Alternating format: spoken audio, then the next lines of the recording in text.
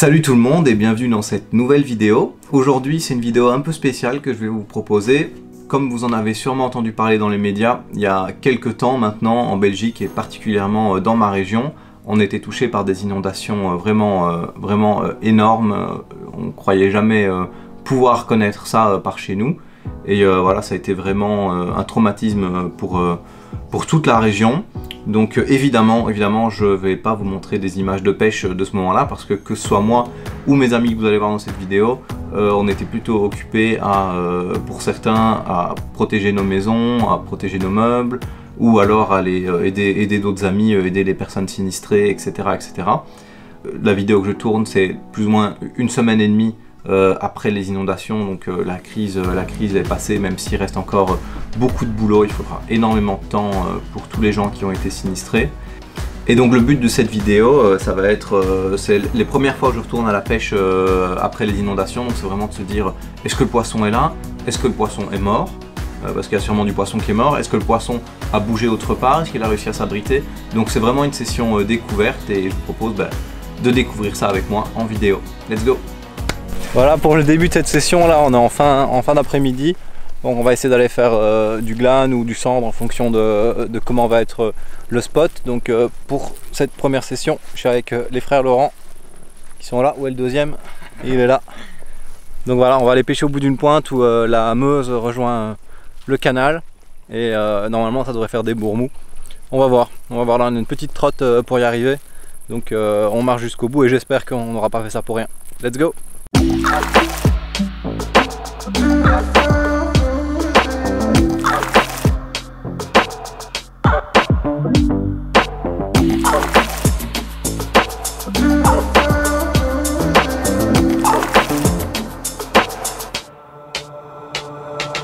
Walking on fire, trying not to burn my feet. I'm tired of fighting, saying things we don't mean. You know I don't like it. When you're packing your Nous voilà arrivés sur la pointe. Là on est à la confluence d'un canal de ce côté là et la Meuse de ce côté-ci. Et du coup vu que c'est la crue, il y a un débit énorme dans la Meuse.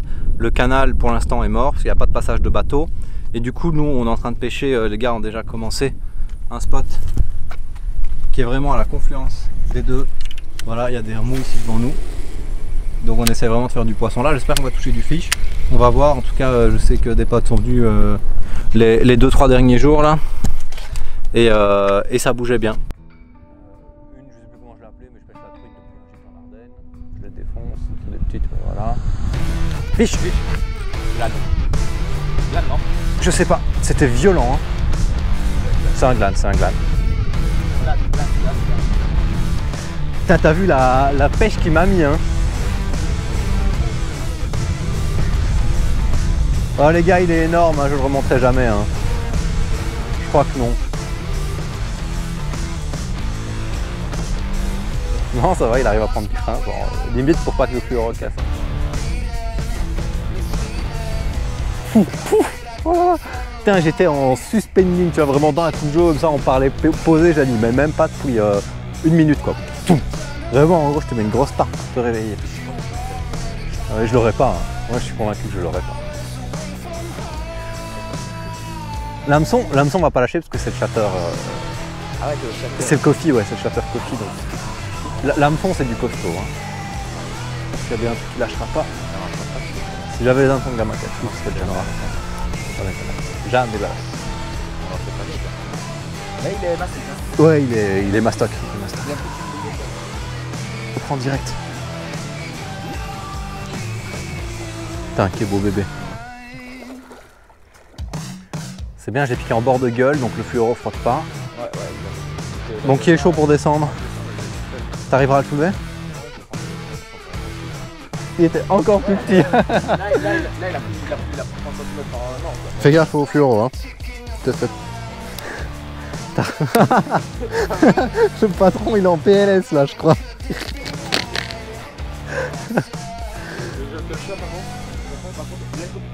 Ouais, s'il tombe comme ça, tu lui attrapes le bras quand il remonte pour lui donner un peu de punch.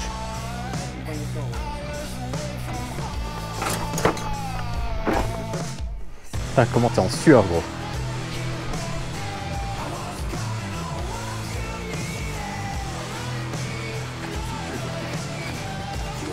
Ouais, GG les gars. On se verra jamais qu'il a dit.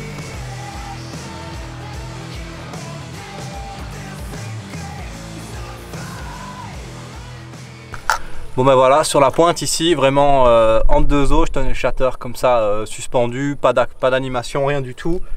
Et puis grosse tape, hop, un Boglan.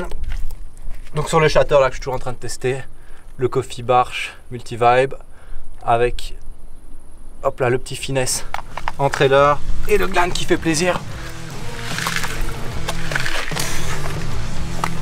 Banzai. On va faire une photo.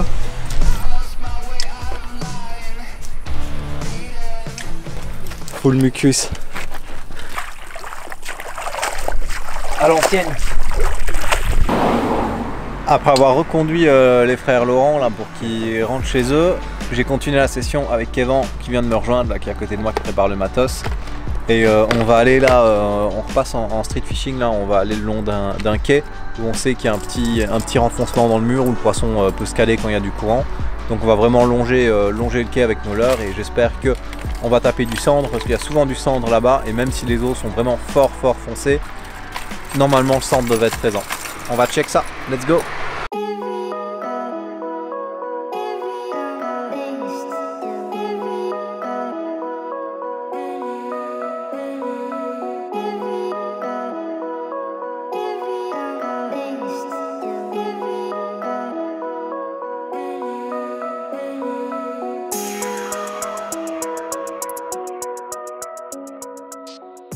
À faire photographier, toi, j'espère que ça sera assez. Non, t'as mis 30 grammes. Ouais. Bah, je touche le fond en 15 grammes. C'est qui le papa? C'est qui le papa?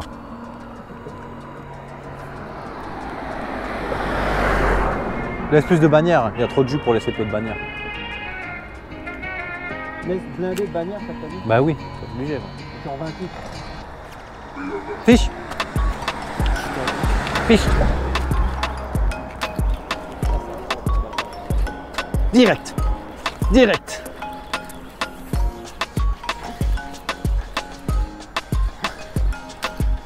Tiens, tu tiens pas le courant. Je t'en donnais moi du tiens pas le courant.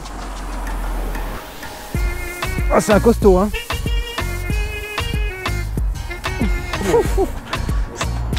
Steak.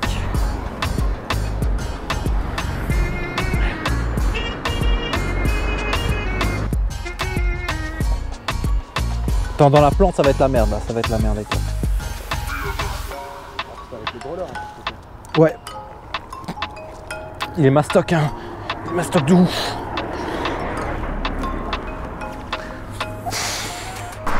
Et voilà, même pas 20 mètres avec le leurre là sur le spot. Vraiment un dindon le truc. Dindon Thanksgiving. Le truc coffré au fond. Il a pas hésité hein. Avec les eaux bien brunes comme ça, ils hésitent pas. Hein. C'est la caverne, je vois rien du tout. Ouais, je dois prendre le.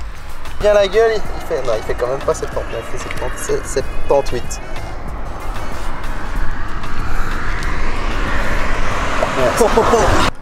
Et voilà, méga pépère 78.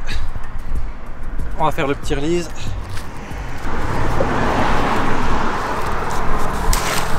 Laisse couler.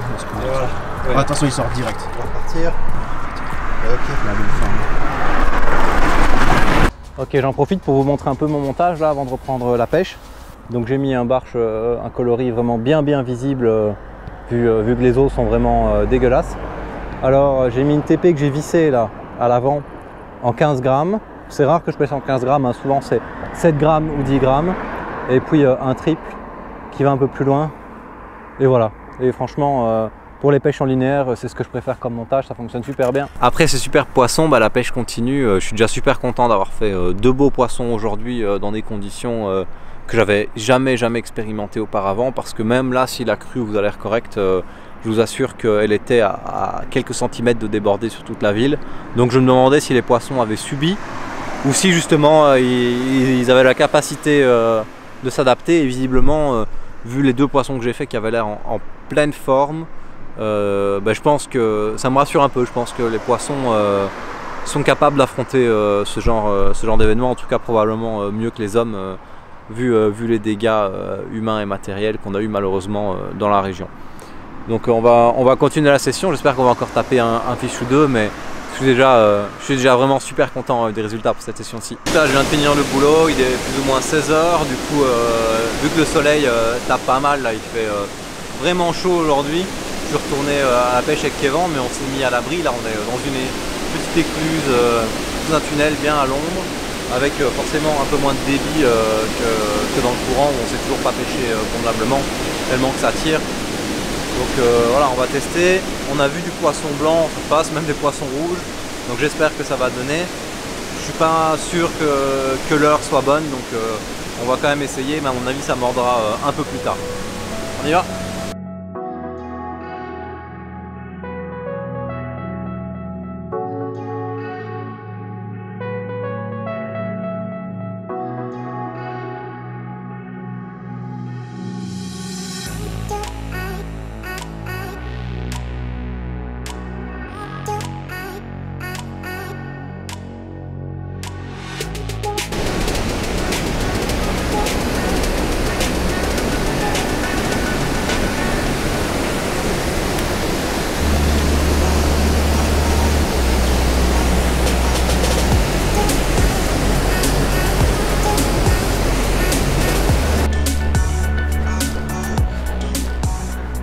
Ça va, ça mord?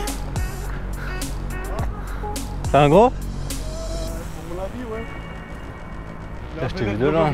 Facilement, mais... Regarde ça. C'est bon. Hop là. Tu l'as?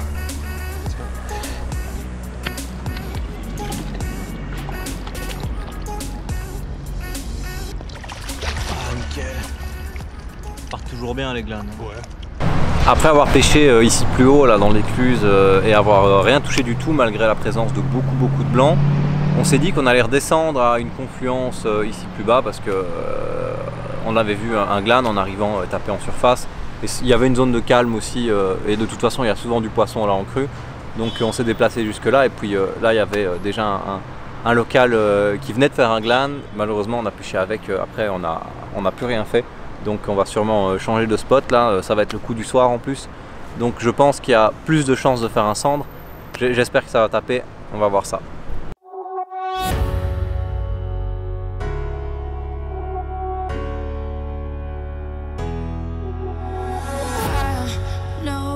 Nothing can come as close as you when you hear the wind blows, but through this unstoppable storm of love remains, it drives me insane.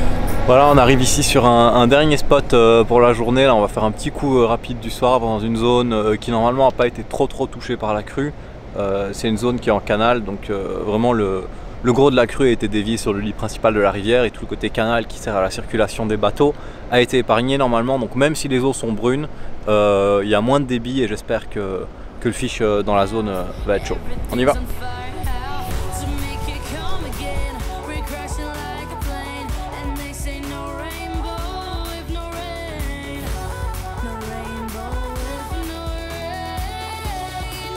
On sent de se prendre au port, et il a raté sur un glane.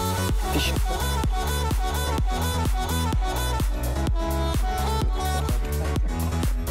Je m'y attendais pas là. Une perche, une belle perche.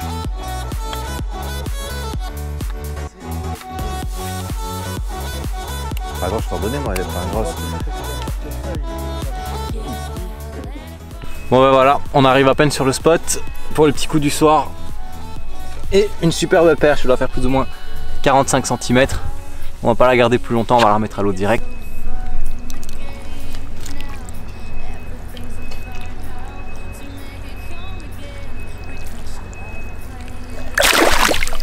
Hop là, yes. Bon voilà, il vient à peine d'arriver, direct la perche là pour le petit coup du soir après avoir mangé un bon clic, ça fait plaisir. J'ai mis un leurre plutôt pour le sand là, 7 grammes, petit blick, coloris favori, hein, vraiment ça, j'adore toutes les conditions, ça fonctionne super bien. Et voilà, belle perche, ça fait. J'en ai pas fait beaucoup cette saison, ça fait vraiment plaisir. Nous voilà arrivés à la fin de cette vidéo, j'espère qu'elle vous aura plu. Comme vous avez pu le constater, le poisson était toujours bien présent dans nos eaux, même si malheureusement je ne vous l'ai pas mis en vidéo parce que c'est pas des très belles images. J'ai constaté quand même une mortalité sur tous les poissons un peu moins longiformes, c'est-à-dire les perches. J'ai vu beaucoup de perches mortes, j'ai vu des brèmes mortes, quelques cendres morts aussi, mais il y a quand même des poissons qui s'en sont bien tirés. Les glanes particulièrement, j'en ai vu beaucoup. J'en ai pas pris beaucoup, mais j'en ai vu beaucoup. Les cendres aussi ont l'air de s'en être bien tirées. Donc je suis quand même rassuré par rapport à nos rivières. Je me dis, ça va, il y a encore du poisson et ils ont finalement la capacité de résister à ce genre d'événement. Si vous avez apprécié la vidéo, je vous propose de laisser un petit pouce, de vous abonner et d'appuyer sur la cloche pour être au courant pour les nouvelles vidéos. Sur ce, je vous dis à la prochaine. Ciao, ciao!